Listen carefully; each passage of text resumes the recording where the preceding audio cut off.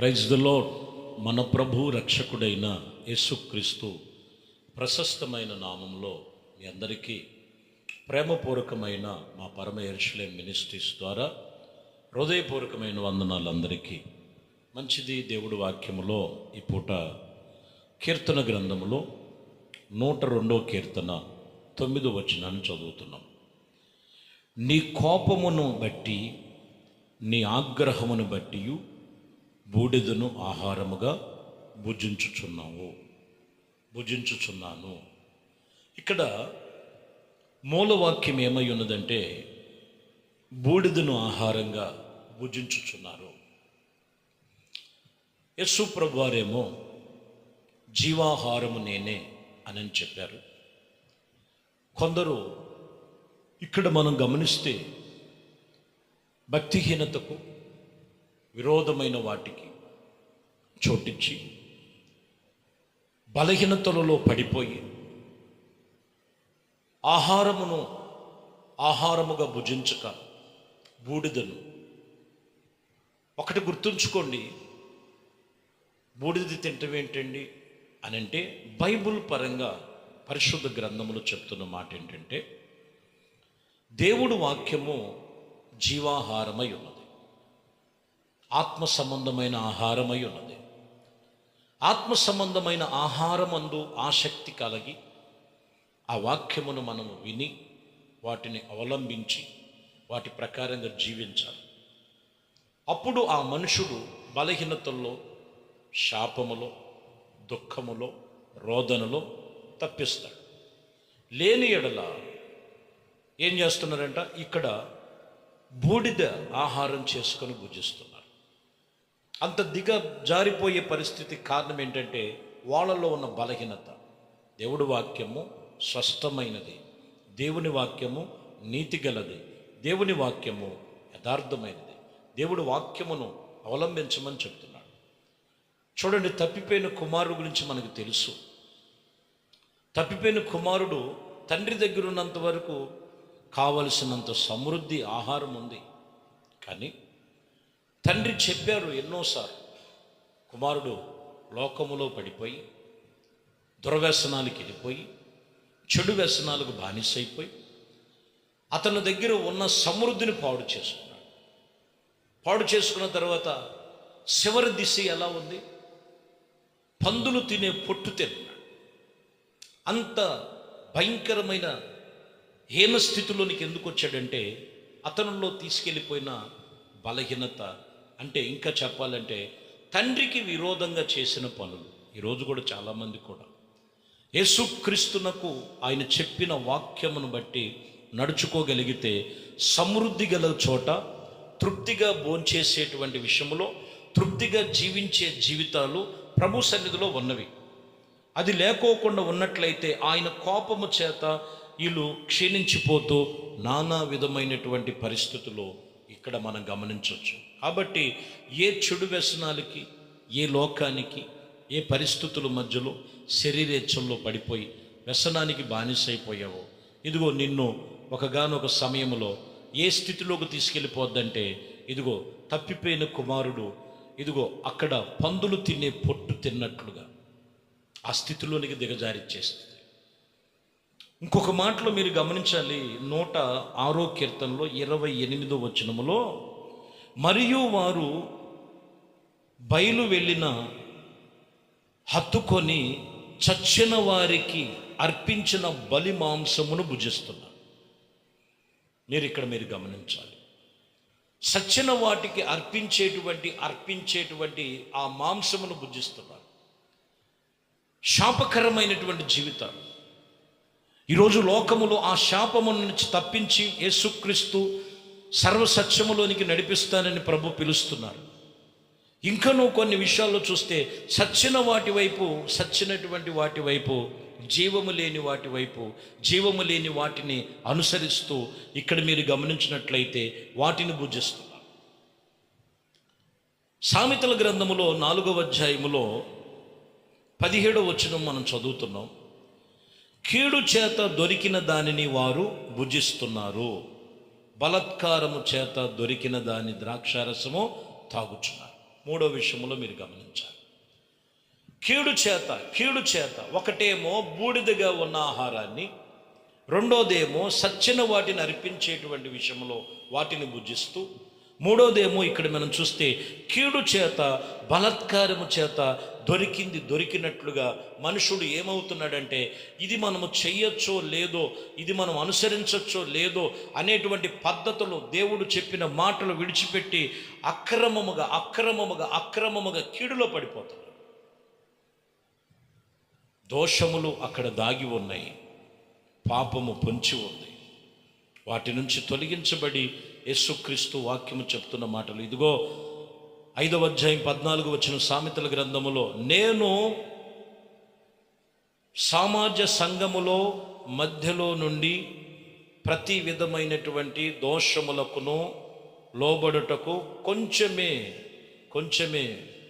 ఇదిగో మేము అన్ని నీవు చెప్పుకొనుచు ఉన్నావు గనక అది ఏది ప్రయత్నం చేసిన ప్రయోజనం లేదు.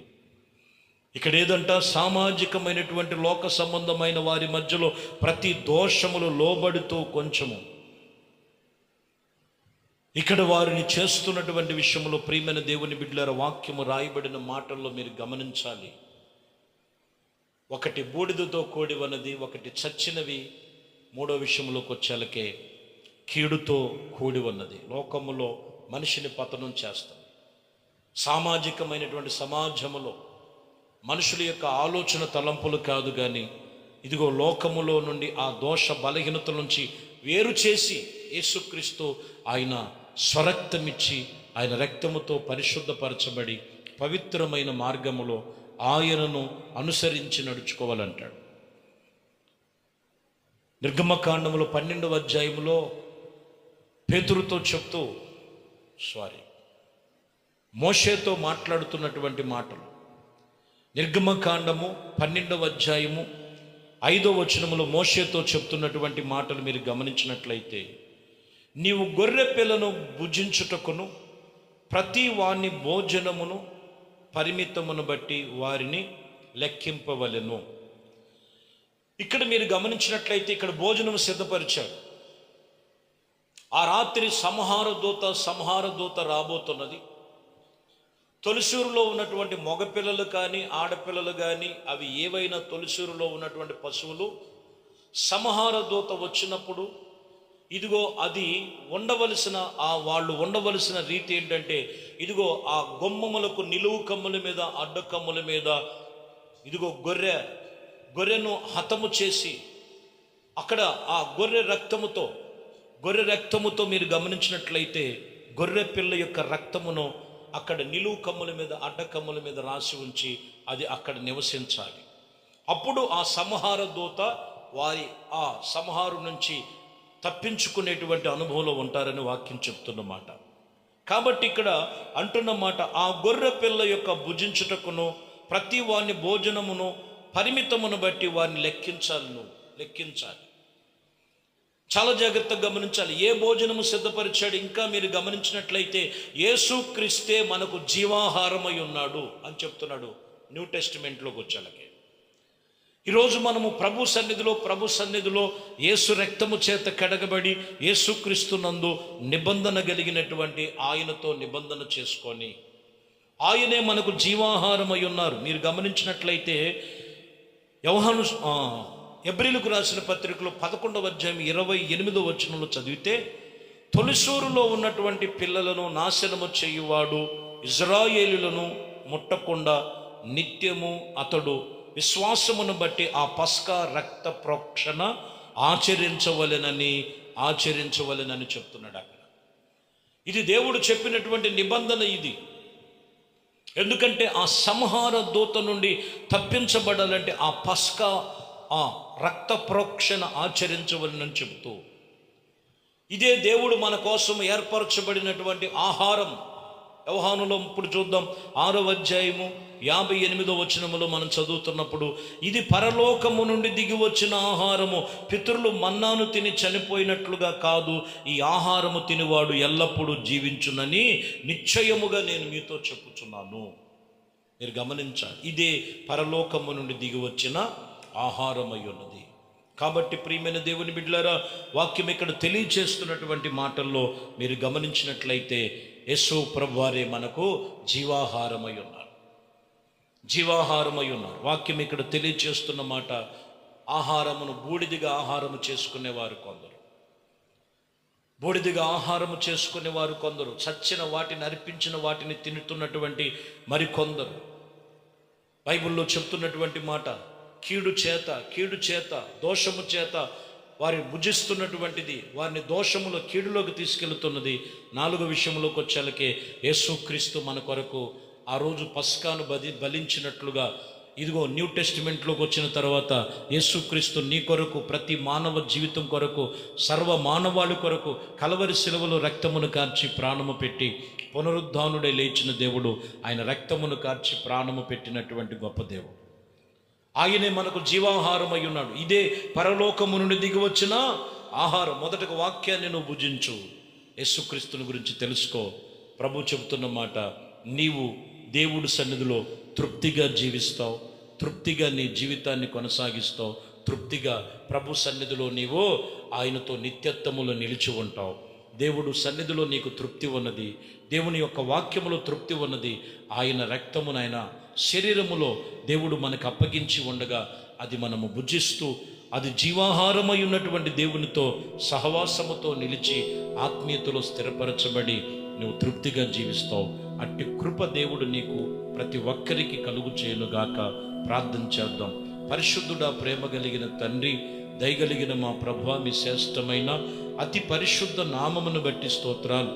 ఇదిగోనైనా నా ప్రభువా, నిషేధించబడినవి కాదు, కీడుతో కూడినవి కాదు, దోషముతో కూడినవి కాదు, పరిశుద్ధమైనదిగా పవిత్రమైన మీ రక్తము చేత కడిగి పరిశుద్ధపరిచి పవిత్రమైన మార్గములో, పరిశుద్ధమైన మార్గములో మీ బిడ్డలను నడిపించమని సమస్తమును మీ చేతులకు అప్పగిస్తూ, యేసయ్యా మీ అభిషేకం మీ బిడ్డల మీద ఉంచి, ఇదిగోనైనా అయ్యా మీ యొక్క వాక్యమును భుజిస్తూ మీ యొక్క సన్నిధిలో వారి పాప దోషములు నిమిత్తము, ఇదిగోనైనా నా ప్రభు, ఆ దోషములు తొలగించి యేసుక్రీస్తు రక్తములో కడగబడి పవిత్రమైనటువంటి మీ సన్నిధిలో నిలిచి సంఘములో సహవాసములో పరిపూర్ణులుగా ఆత్మ సంబంధముగా తృప్తిగా జీవించే జీవితం ప్రతి ఒక్కరికి దయచేయమని యేసుక్రీస్తు నామములో ప్రార్థించి వేడుకొనుచున్నాము తండ్రి, ఆమేన్.